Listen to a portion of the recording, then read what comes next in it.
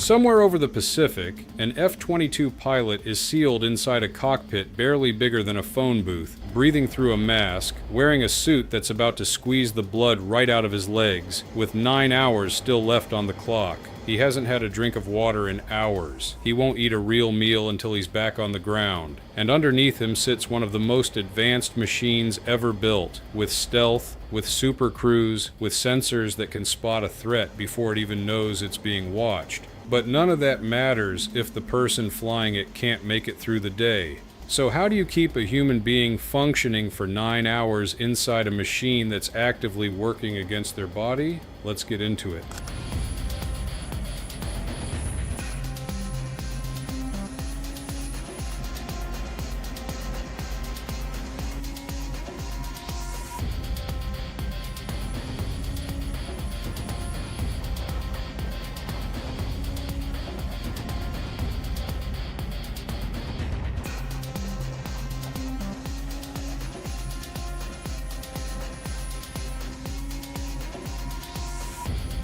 To understand why this is so brutal, you have to understand what the F-22 actually is. It's a single-seat stealth fighter. There's no second crew member to split the workload, no autopilot that lets you walk away, and barely enough room to shift your weight. On a short training flight, that's fine. But Raptors based out of places like Alaska, Hawaii, and Guam regularly fly missions across the Pacific that stretch the aircraft's range to its absolute limit, and the only way to make that work is aerial refueling. A tanker meets the jet in the air, the Raptor plugs in, and the flight just keeps going. On paper, that means the jet's range becomes almost unlimited. In practice, it means the pilot's body becomes the bottleneck. So before any of that even starts, the prep work begins on the ground, and it's nothing like what you'd expect. You'd think a pilot getting ready for a 9-hour mission would load up on water and a big breakfast. They do almost the opposite.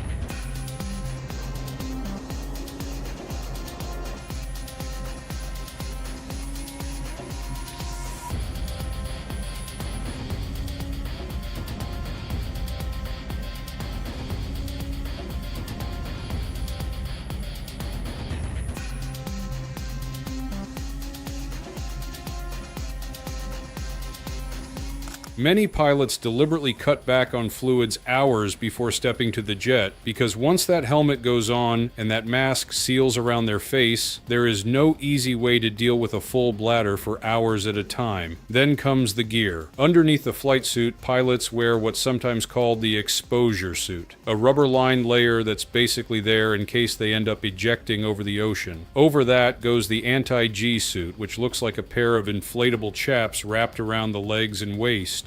When the jet pulls hard, sensors detect the G-force and automatically inflate those bladders, squeezing the legs and abdomen like a blood pressure cuff. That squeeze forces blood back up toward the heart and brain instead of pooling in the legs, and it's the difference between staying conscious during a hard turn and blacking out, and that's not a small deal.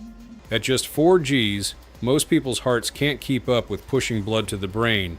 Vision starts going gray, then it tunnels, then it's gone. The G-suit buys a pilot roughly an extra 1.5 to 2 Gs of tolerance. The F-22 can sustain 9 Gs, so that suit isn't a comfort item. It's the only thing standing between a hard maneuver and a pilot losing consciousness at 50,000 feet.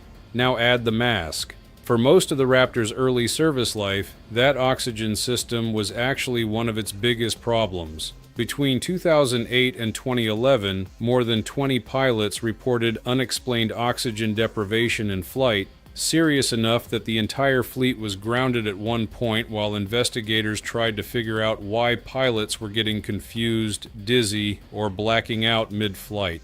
The Air Force eventually traced part of the issue to the pressure vests pilots were wearing underneath everything else, vests that weren't deflating properly and made it physically hard to breathe under high G.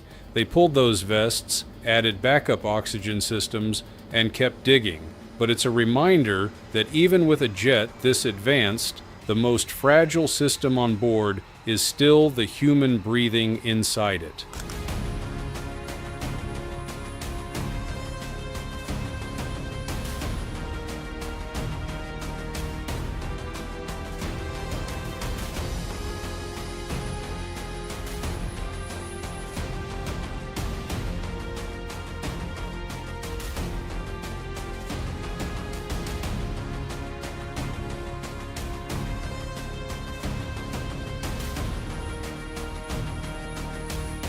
Okay, so the jet's in the air, 9 hours on the clock.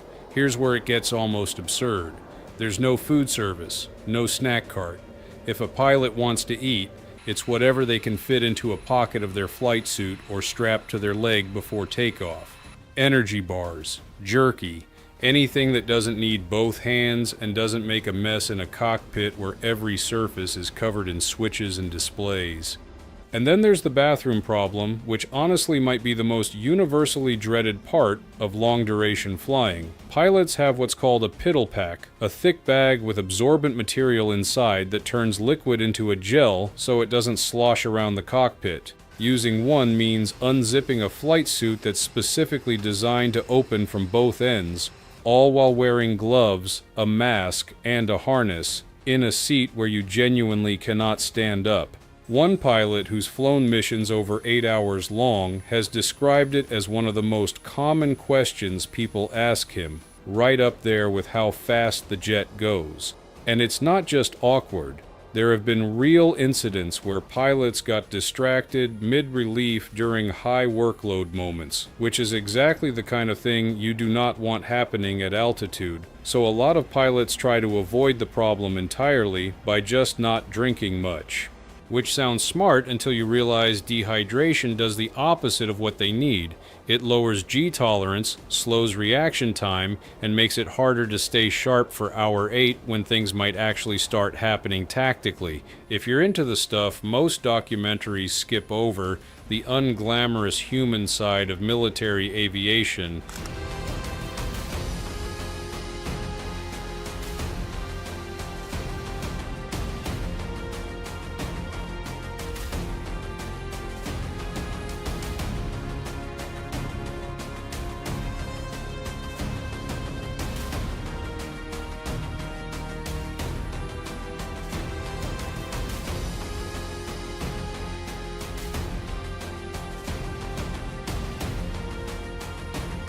This is exactly the kind of thing we dig into every week, so if that's your thing, go ahead and subscribe, because the bathroom and the snacks are honestly the easy part. The real fight is staying mentally sharp for 9 hours straight. By hour 6 or 7, fatigue starts working against a pilot just as hard as any adversary would. This is where something called go pills come in, prescribed stimulants, usually a low-dose amphetamine that some pilots use on extraordinarily long sorties to stay alert enough to fly the jet safely and land it in one piece.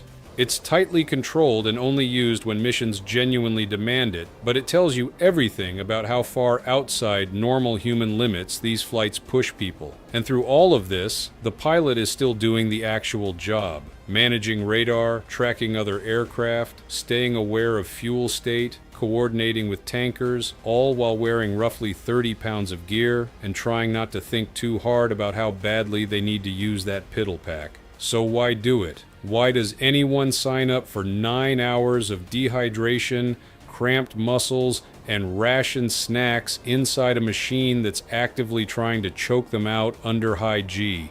Because the alternative is not having that jet in the sky at all. The F-22's entire advantage, its stealth, its speed, its ability to see threats before they see it, only matters if it can actually get to where it's needed and stay there. Every uncomfortable hour in that cockpit is the price of keeping that capability in the air. It's easy to look at a fighter jet and think the technology is the impressive part, and it is. But the technology was built around the assumption that a human being would still be the one flying it, fighting fatigue, fighting their own bladder, fighting their own blood pressure the entire time. The jet might be the most advanced flying machine on the planet. The person inside it is still just a person. That's the part of stealth aviation nobody puts on a recruiting poster. There's another one on screen if you want to keep going.